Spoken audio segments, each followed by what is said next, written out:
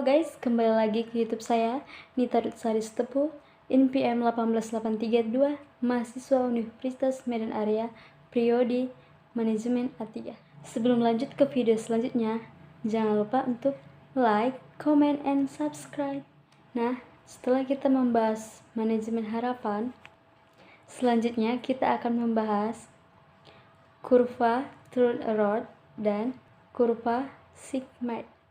Kurva truth error adalah kurva yang mirip dengan kurva sigmoid.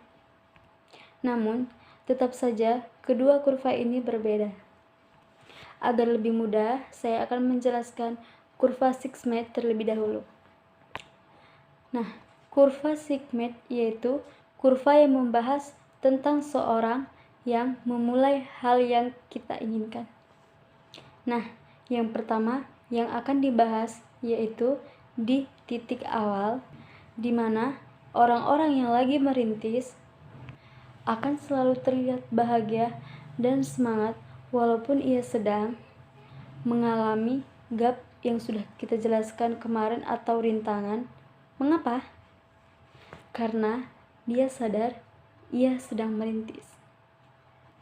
Nah, jika ia selalu semangat dan berpikir positif dan tidak pernah menyerah, apalagi mengeluh sekalipun, ia akan sampai pada titik puncak. Tetapi, ketika seseorang sampai di titik puncak, ia akan dihadapkan dengan berbagai banyak rintangan yang biasanya lebih berat daripada rintangan di titik awal.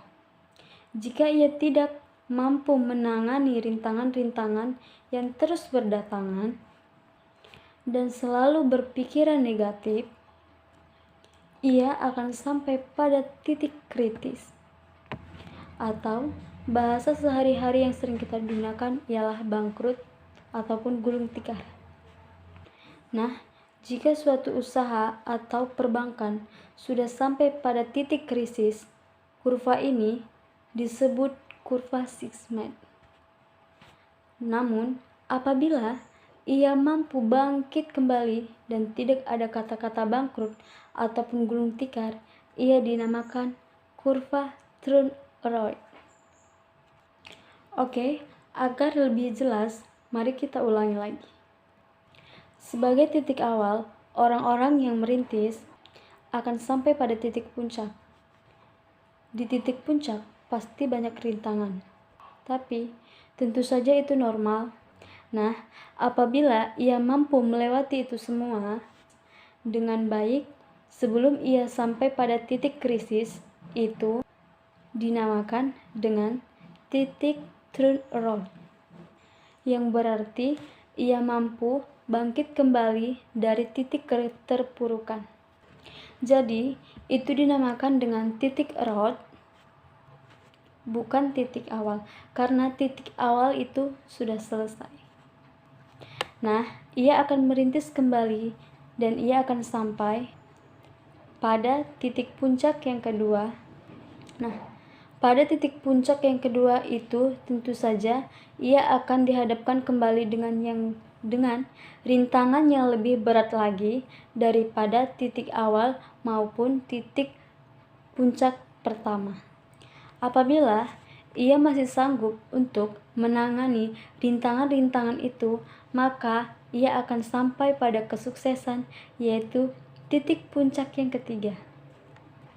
Nah, jadi singkatnya, kurva truth error itu adalah mampunya suatu perbankan ataupun suatu usaha bangkit dari setiap keterpurukannya. Nah, setelah membahas kurva truth error dan kurva sigmoid, kita akan membahas lagi yaitu perilaku konsumen. Munculnya teori ini karena banyaknya konsumen yang mengalami keterbatasan pendapatan atau pendapatan yang berkurang. Mengapa dikatakan berkurang? Karena pendapat ini tidak hanya untuk pribadi, tetapi untuk keluarga dan juga untuk masyarakat. Ada dua kurva dalam teori perilaku konsumen, Yang pertama, marginal utility adalah kurva yang menjelaskan tentang semakin besar jumlah yang dikonsumsi konsumen, maka semakin menurunlah kepuasannya. Contohnya, saat seseorang telah selesai berolahraga, hal yang pertama yang akan dicari pastinya adalah air minum, karena ia merasakan haus. Oke, kurva di atas kita umpamakan sebagai gelas. Nah, ketika kita sedang haus-hausnya, kita akan minum air dari gelas. Yang pertama, otomatis kita akan merasa sangat puas, atau kalau diangkakan poinnya 10, tapi entah mengapa kita masih haus sehingga kita butuh air di gelas yang kedua. Nah, kepuasannya yang kita peroleh tentu akan berkurang menjadi 8. Mengapa? Karena sudah tidak di titik awal, karena udah nggak terlalu haus, tapi masih tetap membutuhkan air. Tapi entah mengapa tubuh kita ini masih ingin minum, dan tentunya maka kita akan minum air di gelas yang ketiga. Tentu saja kan kepuasan yang kita alami tadi menjadi sangat berkurang menjadi 4. Nah, kalau yang saya jelaskan tadi itu contoh di dalam kehidupan sehari-hari kita. Tapi kalau dalam kehidupan ekonomi dinamakan marginal utility. Yang kedua, total utility adalah semakin bertambah jumlah barangnya, maka akan semakin bertambah kepuasannya. Contohnya, seorang yang ingin pandai mengendarai mobil. Nah, mobil pertama kita contohkan ialah mobil Avanza. Apabila ia sudah pandai mengendarai mobil Avanza tersebut, maka kepuasan yang diperolehnya 4. Selanjutnya, akan muncul rasa penasarannya yang lebih tinggi untuk mengendarai mobil yang lain. Nah, kita contohkan mobil yang kedua yaitu Innova. Apabila ia rasa ia sudah pandai juga mengendarai mobilnya atau mengendarai mobil Innova, ia tentunya akan memperoleh kepuasan 10. Selanjutnya, tumbuh lagi rasa penasaran yang terus bertambah untuk mengendarai mobil mewah. Nah, selanjutnya kita contohkan mobil yang ketiga yaitu mobil Alphard.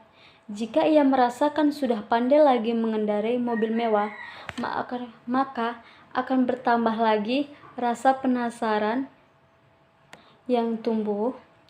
Kalau tadi mobil pribadi ia sudah merasa pandai untuk mengendarai semua, maka ia akan mencoba mobil besar. Kita contohkan mobil yang keempat, mobil truk.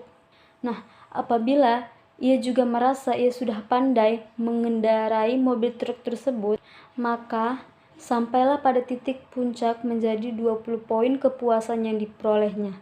Nah, apabila ia mengendarai mobil-mobil lain, walaupun ia merasa puas, tapi berbeda kepuasannya dengan yang pertama, maka kepuasan yang diperolehnya sudah menurun menjadi 15 poin.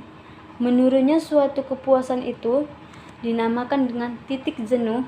Apabila ia masih terus ditambah lagi konsumennya, maka akan kembali pada marginal utility. Sekian dari pembahasan yang kita bahas tadi. Semoga kita akan berjumpa di pembahasan selanjutnya. Terima kasih.